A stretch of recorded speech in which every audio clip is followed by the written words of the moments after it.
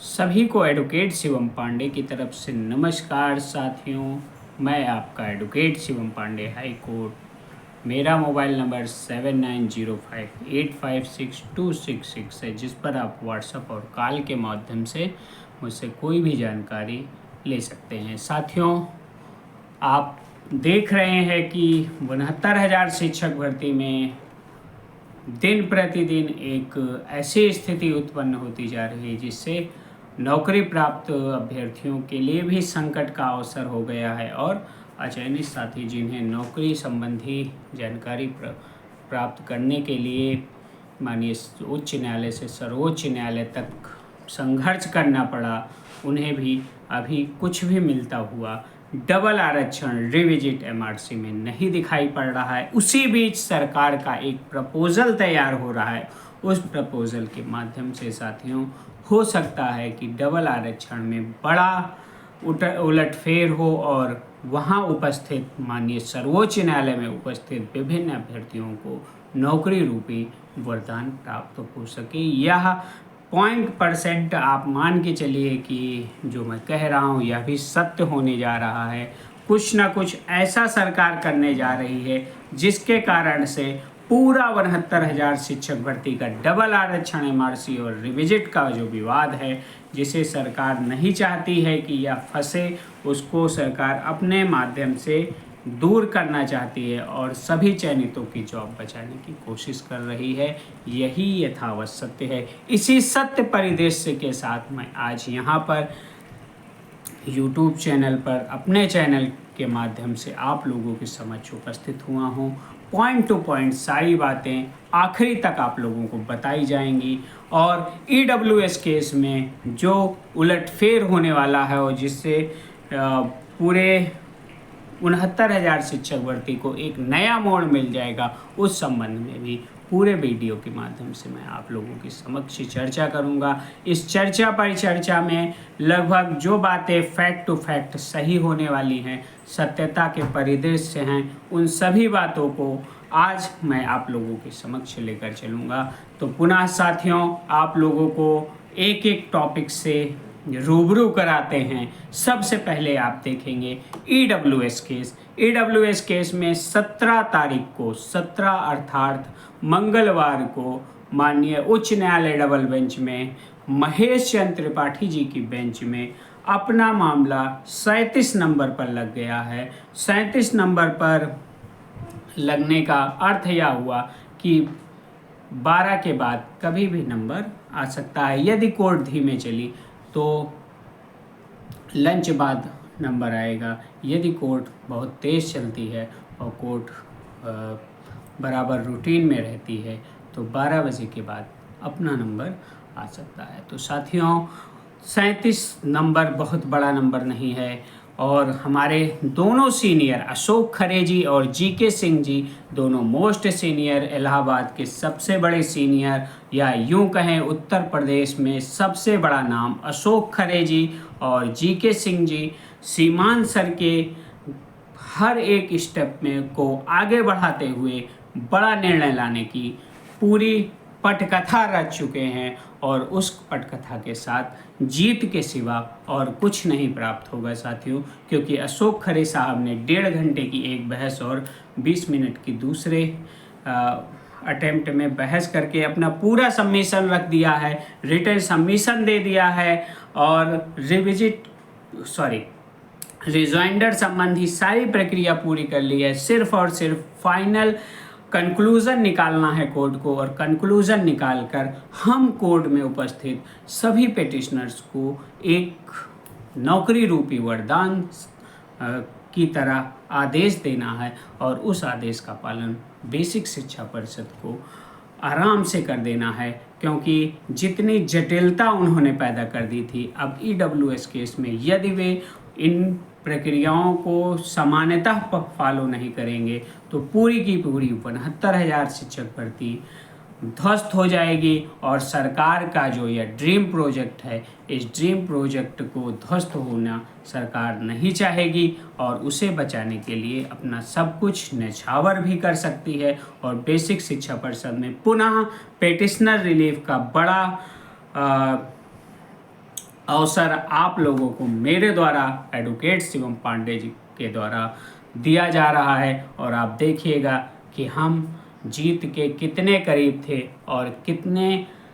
सहजता से हमने चीज़ों को अच्छे ढंग से डिस्क्राइब करते हुए हर एक सिनॉप्सिस को माननीय उच्च न्यायालय तक पहुंचाते हुए केस को डिसाइड कराया है। तो साथियों, मैं चाहता हूं कि उसी दिन केस डिसाइड हो जाए, लेकिन जज का कोई भरोसा नहीं होता है। जज होते हैं न्यायाधीश के पद पर बैठ के, जो वो कहते हैं उसी में हाँ मिलाया जाता है। जैसे पिछली डेट पर जब सुनवाई 2 बजे नियत हो गई थी, तब जज साहब स्वयं नहीं सुने और उन्होंने आदेश लिखाया कि काउंसिल आग्रह कर रहे हैं कि आगे बढ़ा दें। तो जज की जो रूटीन अप होती है वह इसी प्रकार से होती है। जज यह नहीं कहती है कि हमारे व्यस्ततम कार्यक्रम की वजह से, हमारे कोर्ट के व्यस्त होने की वजह से ये लंबा मैटर बाद में सुना जाएगा। कोर्ट सदैव यही कहती है कि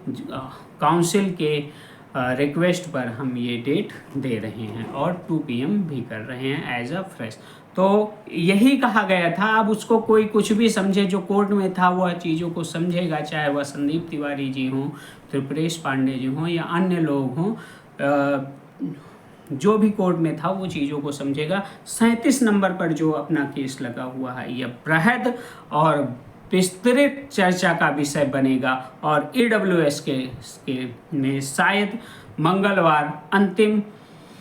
वरदान रूपी आदेश का दिन होगा। तब तक के लिए EWS के सभी साथी धैर्य बनाए रखें, जो जहां है वहीं स्थिर रहे, धैर्य बनाए रखें, बड़ा मिलने की संभावना दिख रही है। हम आते हैं डबल आरक्षण पर। चूंकि डबल आरक्षण पर सरकार का मसौदा क्या है, इसकी भनक मुझे लगी है, लेकिन अभी पूर्णतः हुआ सत्य नहीं है, इसलिए उसको सार्वजनिक रूप से आप लोगों के सामने मैं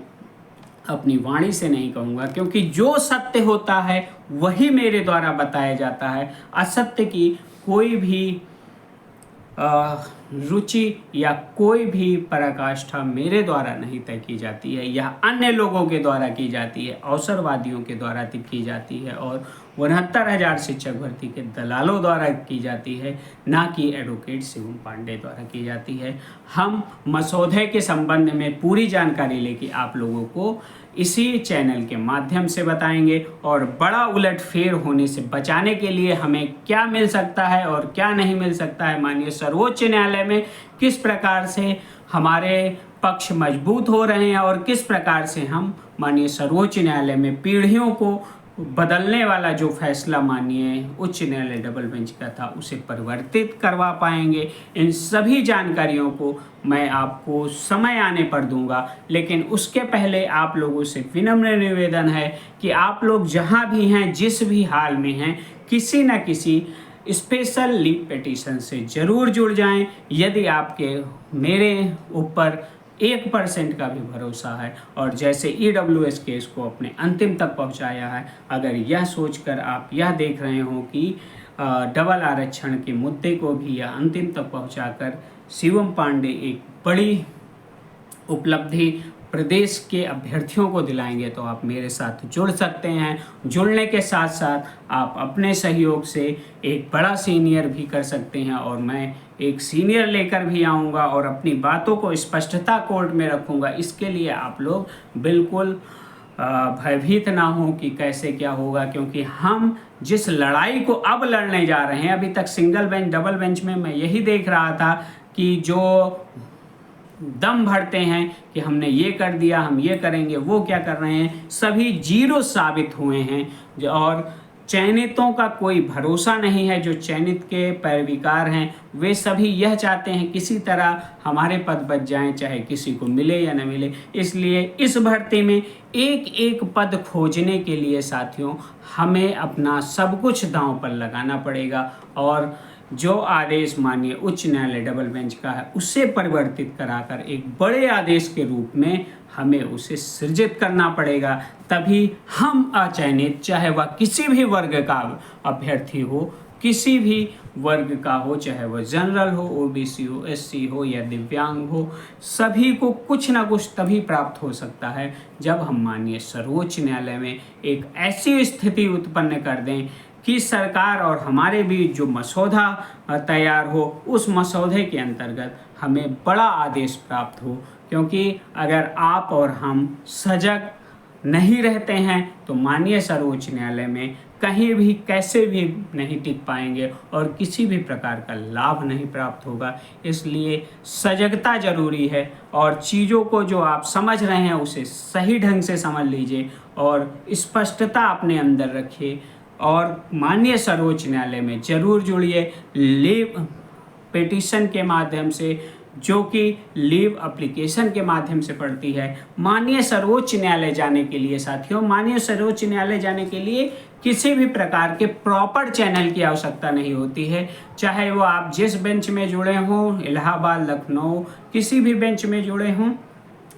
आप माननीय सर्वोच्च न्यायालय या नहीं भी जुड़े हों तो माननीय सर्वोच्च न्यायालय leave application with file special leave petition में जा सकते हैं। आर्टिकल 32 के तहत सुप्रीम कोर्ट के पास एक ह्यूज पावर है, जिस पावर के तहत आप कहीं भी जाकर कभी भी जाकर वहाँ प्रेयर कर सकते हैं और सुप्रीम कोर्ट उसको रिलाई करेगी और अच्छे से सुनेगी, कभी डिनाई नहीं करेगी और ना किया है। आपको बता दूं 2011 मैटर में परमादेश याचिका आर्टिकल 32 पर ही डाली गई थी, कोई लोकस नहीं था और ना कोई उसमें उस याचिका का कोई भी अभ्यर्थी हाई कोर्ट में कभी नहीं उपस्थित था। उसके बाद भी वह अलाउ हुई और उसी पे शिक्षा मित्रों के आदेश के रूप में कन्वर्सेशन के माध्यम से डीवाईडी चंचूड़ के यहाँ मामला ट्रांसफ़र हुआ और 2 वीक के अंदर डिस्पोजल करने के लिए कहा गया, जिससे पूरे प्रदेश में बहुत बड़ा उलटफेर हो गया था। अखिलेश सरकार की जो गलत नीति थी वह खुलकर सामने आई थी। तो इस प्रकार से अगर आप आर्टिकल 32 के तहत एक मैंडमस प्रेयर के साथ हमारे साथ एसएलपी में आगे बढ़ेंगे तो हम आपको अच्छा करके दिखाएंगे। यह हमारा आपसे 110% का दावा है कि हम माननीय सर्वोच्च न्यायालय में जिस प्रेयर के माध्यम से जा रहे हैं वैसी प्रेयर अचयनितों के लिए, किसी भी वर्ग का अचयनित हो, कोई नहीं तैयार किया होगा, क्योंकि हमें पद बढ़वाने की लालसा है, हमें चयन प्राप्त करने की लालसा है, हमें याची बनाने की लालसा नहीं है। तब तक के लिए आप लोग धैर्य बनाए रखें। अगले वीडियो में मैं और चीज़ों को क्लियर करते हुए आगे बढ़ूंगा। आप सभी को एडवोकेट शिवम पांडे की तरफ से नमस्कार, धन्यवाद।